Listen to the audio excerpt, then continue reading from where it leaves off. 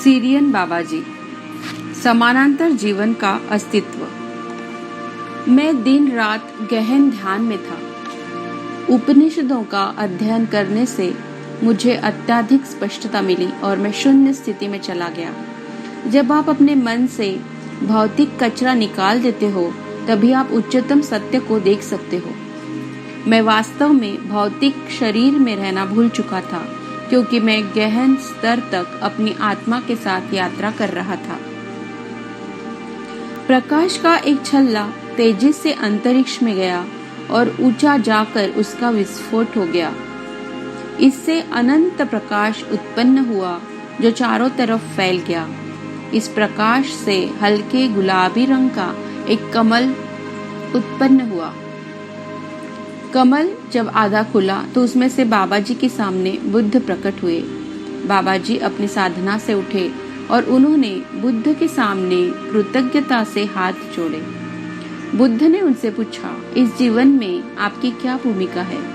बाबाजी ने विनम्रता से उत्तर दिया, कृपया इस विषय में मेरा मार्गदर्शन करें। आपने समाधि की उच्च अवस्था को प्राप्त किया है, जिसे आप जब तक चाहे बिना अवरुद्ध हुए इस शरीर में रहकर लोगों को शिक्षित करने का अपना उद्देश्य पूर्ण कर सकते हैं। यह कहकर बुद्ध ने बाबाजी को आत्मज्ञान दिया। बुद्ध ने अपने दाएं हाथ को वर्तुल आकार में घुमाते हुए एक द्वार पोर्टल खोला। उन्होंने बाबाजी को इस द्वार के अंदर प्रवेश करने के लिए कहा। उन्होंने बाबाजी से कहा, धरती पर अपने शिष्यों के साथ और ऊर्जा को स्थापित करने के लिए कार्य करो। बाबाजी ने हाँ में अपना सिर हिलाया और उस द्वार के अंदर चले गए। उनके अंदर जाते ही पीछे से द्वार बंद हो गया। इस दृश्य में बाबाजी ने सफेद धोती पहनी थी और कंधों पर एक अंग वस्त्र था।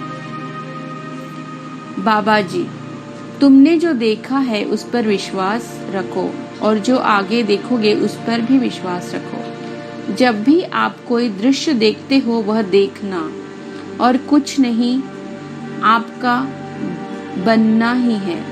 जैसे ही आप अपने भौतिक मन को बीच में लाते हो, तब आप कुछ भी नहीं देख सकते। श्वास लो और स्वतंत्र हो जाओ। अपनी आत्मा को अपना मार्गदर्शन करने दो। दृश्य जारी है। बाबाजी धीरे धीरे अपने मार्ग पर चल रहे थे और वह कुछ दूरी पर खड़े किसी व्यक्ति को देख रहे थे।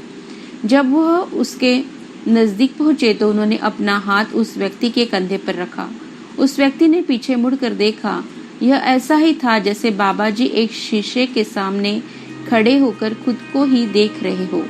वह व्यक्ति बाबाजी का प्रतिचित्र था। वह धीरे धीरे बदल गया और अपने वास्तविक रूप में रूपांतरित हो गया। वह सिरियस नक्षत्र से था। इस प्रकार बाबाजी का समानांतर जीवन, सिरियन जीवन का चित्र मेरे अनुभव में आया। मैं एक लंबे 10 फीट के व्यक्ति को अपने सामने खड़ा देख रही थी।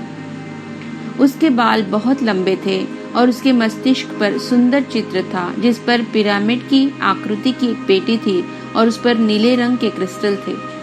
उसके गले में रंगदार क्रिस्टल की माला थी और गले के आसपास धूमिल सफेद कपड़ा था। उसका धड़ वस्त्रहीन था और शरीर के नीचे का हिस्सा एक कपड़े से ढका हुआ था। उसके पैर बड़े थे। उसके पैर की पहली 2 उंगलियां एक ही आकार की थी और बाकी 3 उंगलियां छोटी थी। सीरियन का चेहरा धरती पर रहने वाले लोगों के चेहरे से ज्यादा अलग नहीं था, लेकिन उसकी त्वचा का रंग हल्का नीला था और आंखें बड़ी थी। उसका नाम सफोन था। मैंने तब वहां एक बड़ी चील को आकाश में उड़ते देखा, जो धीरे धीरे सफोन के पास जमीन पर उतरी। उसके सिर का रंग रजत था और बाकी सारा शरीर मोर सा नीला था। उसके पंखों पर सुंदर कलात्मक फैलाव था।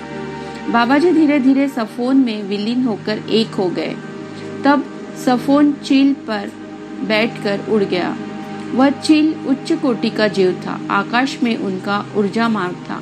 वह चील अंतरिक्ष में परिवहन एंटीना व्यवस्था को एक प्रशिक्षित पायलट की तरह चला रहा था। जैसे जैसे वह आगे चल रहे थे, मार्ग तेजी से दृश्य और अदृश्य हो रहा था। सफोन उत्तेजित और साहसी दिखाई दे रहा था। उस समय सूर्य ढल रहा था और संध्या हो रही थी। सीरियस का सूर्य धरती के सूर्य से कई गुना बड़ा है। हमारे ग्रह की तुलना में सीरियस का जीवन अत्यधिक उन्नत है और वह 1700 प्रकाश वर्ष दूर है।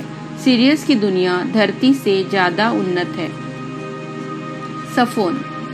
मैं सीरियन नेता सफोन हूँ। हम पृथ्वीवासियों के लिए मनोभाव पूर्वक काम करते हैं। मैं हमेशा तुम्हारे लोगों के आह्वान को सुनता हूँ। मैं उनमें से बहुत लोगों के संपर्क में हूँ और उन्हें सफोन के नाम से धरती पर संदेश देता हूँ। मैं ही बाबा जी के रूप में धरती पर मानव अनुभव लेने आया हूँ। अपने इस कार्य के माध्यम से मैं पृथ्वीवासियों से प्रत्यक्ष संपर्क बनाकर उन्हें यह बताना चाहता हूँ कि उनके अस्तित्व की सच्चाई हमसे भिन्न नहीं है। फर्क केवल इतना है कि तुम केवल अपने विचारों के माध्यम से सीमित होकर स्वयं को खो चुके हो। तुम अपने सत्य को भूल चुके हो। इसलिए हम तुम्हारी यात्रा में तुम्हारी मदद करने के लिए आए हैं। हम धरती पर उच्च ऊर्जा की तरंगों को स्थापित करने के लिए आए हैं। हजारों साल पहले हम सीरियंस ने ही धरती पर पिरामिड की स्थापना की थी। हम ब्रह्मांड में गणितज्ञ वैज्ञानिक हैं। अपनी इस उच्च तकनीकी कुशलता के कारण ही हम पिरामिड के तकनीकी निर्माण को बनाने में सक्षम हुए थे। पिरामिड को बनाने का उद्देश्य धरती की ऊर्जा को उच्च करना और उच्च चेतना को ग्रहण करने में उसकी मदद करना था। जब भी कोई व्यक्ति पिरामिड को देखता है तो आश्चर्यचकित हो जाता है कि यह पिरामिड कैसे अस्तित्व में आए हैं और वह इस रहस्य को जानने का प्रयास करता है। धरती हमारे लिए प्रयोग और अनुभव करने का एक सुंदर स्थान है। हम धरती पर उन लोगों को ढूंढते हैं जो पिरामिड को समझकर दूसरों को भी उसे समझा सके। हम धरती को पिरामिड से ढककर उस समय का इंतजार कर रहे थे जब मानव जाति अपनी व्यक्तिगत यात्रा में लंबी छलांग लेकर पिरामिड ऊर्जा के माध्यम से आध्यात्मिक क्रांति लाएगी। हमने पिरामिड के अंदर और बाहर 2 किलोमीटर के दायरे तक ऊर्जा का एक जाल बिछाया है जो मनुष्य की आंखों से अदृश्य है। हमने यह ऊर्जा जाल इजिप्शियन पिरामिड के समय बनाया था। उस पिरामिड के बनने के बाद जितने भी पिरामिड बने हैं उन सब में भी ऐसा ही जाल है। तुम इन्हें ऊर्जा जाल, एनर्जी ग्रिड कह सकते हो। पल्लवी। यह ऊर्जा जाल क्या करता है? सफोर। क्या तुमने मानव शरीर में अणुओं को देखा है? इन अणुओं का ढांचा भी एक जाल की तरह है। जब पृथ्वीवासी पिरामिड का उपयोग करते हैं, पिरामिड के नीचे ध्यान करते हैं या पिरामिड के नीचे कोई भी काम करते हैं तो यह ऊर्जा तंत्र उस व्यक्ति के भौतिक शरीर में सूक्ष्मदर्शी तंत्र से संबंध बना लेता है। इस पूरी प्रक्रिया में जब हम पिरामिड के ऊर्जा तंत्र को मनुष्य के ऊर्जा तंत्र के साथ जागरूक करते हैं तो यह प्रक्रिया मनुष्य की चेतना को उच्चतम करती है। हम सब आपसे वार्तालाप करना चाहते हैं, लेकिन हम धरती पर भौतिक शरीर के साथ नहीं आ सकते। हम पिरामिड ऊर्जा तंत्र के माध्यम से आपसे संबंध बनाते हैं। हमारा पूरा ग्रह पिरामिड से भरा हुआ है। यह पिरामिड सीरियन ग्रह से धरती पर संचार व्यवस्था का काम करते हैं। जब भी हम तुम्हारे ग्रह पर आते हैं तो हम इस ऊर्जा तंत्र के माध्यम से ही सूक्ष्म रूप से आते हैं। यह ऊर्जा तंत्र हमारे लिए दूसरे आयाम के द्वार का काम करता है। हम पृथ्वी ग्रह को प्रकाश युग में देखना चाहते हैं। पृथ्वी प्रकाश युग में प्रवेश कर गई है, लेकिन पहले हमें यह समझना है कि वास्तव में प्रकाश युग क्या है। यह प्रकाश धरती पर बहुत लोगों तक पहुंचा है, जबकि बहुत लोगों ने इस प्रकाश को अपने भीतर महसूस किया है, लेकिन फिर भी हमें सुधार करने की बहुत आवश्यकता है। पृथ्वीवासियों ने स्वयं के साथ अपने संबंध को खो दिया है और हम उनकी मदद करने के लिए है। पिरामिड के बाद डॉल्फिन के माध्यम से भी हम पृथ्वीवासियों के साथ संबंध बनाते हैं। हम में से अधिकांश सीरियंस ने पृथ्वी की ऊर्जा को बढ़ाने के लिए डॉल्फिन्स के रूप में धरती पर जन्म लिया है। डॉल्फिन पृथ्वीवासियों से संपर्क बनाने में एक माध्यम का काम करती है। हमने धरती के जन्म और समय के साथ उसकी विभिन्न अवस्थाओं को भी देखा है। धरती हमारे लिए दूसरा परिवार और दूसरा घर है। पल्लवी। कृपया मुझे अपने घर सिरियस के बारे में कुछ और बताइए। सफोन, सिरियस हर क्षेत्र में वैज्ञानिक दृष्टि से अत्यधिक संपन्न है जिसकी तुम कल्पना भी नहीं कर सकते। पृथ्वी का विज्ञान ऐसे यंत्रों पर आधारित है जो जीवन को हर दृष्टिकोण से सुखद और आरामदायक बनाते हैं, जिनका हर कोई सुविधाजनक उपयोग कर सकता है। जबकि हमारे सिरियस ग्रह पर आत्मा के उच्चतम ज्ञान को जानने के लिए भी विज्ञान का उपयोग किया जाता है। हमारा विज्ञान हमारा मार्गदर्शन करता है। हमारे पास धरती पर उपलब्ध यंत्रों की तरह विशेष प्रकार के यंत्र होंगे ये भी नहीं होंगे, लेकिन हम सभी आत्मा के स्तर पर उन्नत है। हम विज्ञान का उपयोग अपने ग्रह को नष्ट करने के लिए नहीं, बल्कि सिरियस ग्रह की सुंदरता की सुरक्षा करने के लिए करते हैं। हम सभी सिरियस भाई बहन एकत्व की भावना के साथ रहते हुए एक दूसरे की मदद करते हैं। हमारे लिए वार्तालाप की हर चीज का सबसे उत्तम समाधान है, यही एकमात्र रास्ता है। हम यह भी विश्वास करते हैं कि वार्तालाप करना बहुत जरूरी है, क्योंकि हर चीज की एक लय होती है और लय का अपना एक संवाद होता है। उच्च ऊर्जा प्राणी होने के कारण यदि हम जीवन के किसी क्षेत्र या किसी चीज के साथ स्पंदित होना चाहते हैं, तो हम स्वयं को उसके लिए यह समझाने की कोशिश नहीं करते यह होगा या नहीं। हम में इंतजार करने का काफी धैर्य है और हमें यह लगता है कि यह विकास प्रक्रिया का ही सहज हिस्सा है। मैंने ही महाअवतार बाबा जी के रूप में धरती पर अवतार लिया है ताकि मैं मानव जीवन को गहराई से जान सकूं और ज्यादा ज्ञान प्राप्त कर सकूं। हम सिरियस 7वें आयाम के प्राणी हैं और हम धरती से भावनात्मक रूप से स्पंदित होते हैं। धरती हमारे हृदय के करीब है और हम वास्तव में तुम्हारे ग्रह से प्रेम करते हैं। हम यह गहराई से समझते हैं कि प्रत्येक आत्मा प्रेम और मित्रता चाहती है और इसी उद्देश्य की पूर्ति के लिए हम पृथ्वीवासियों के साथ हैं। हम यहाँ तुम्हें तुम्हारी भावनाओं को समझने में मदद करने के लिए है। हमने इसलिए पृथ्वी पर जन्म लेने का भी निश्चय किया है ताकि हम मानवीय सांसारिक भावनाओं को गहराई से समझ सके।